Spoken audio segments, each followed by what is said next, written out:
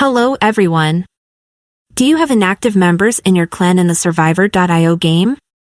I'll show you how to remove them and make room for new members.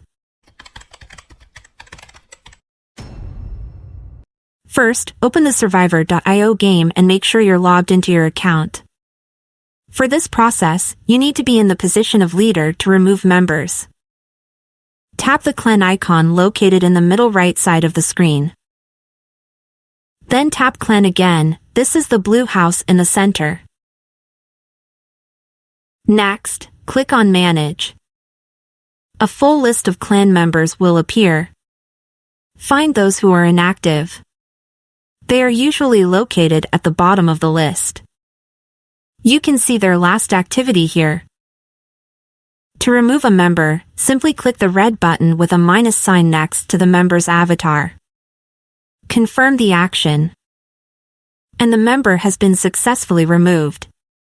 Repeat the process for all members you want to remove from the clan. By keeping only active members, you'll strengthen your clan and improve teamwork for upcoming challenges.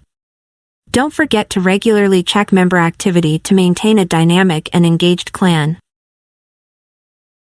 I hope this video was helpful.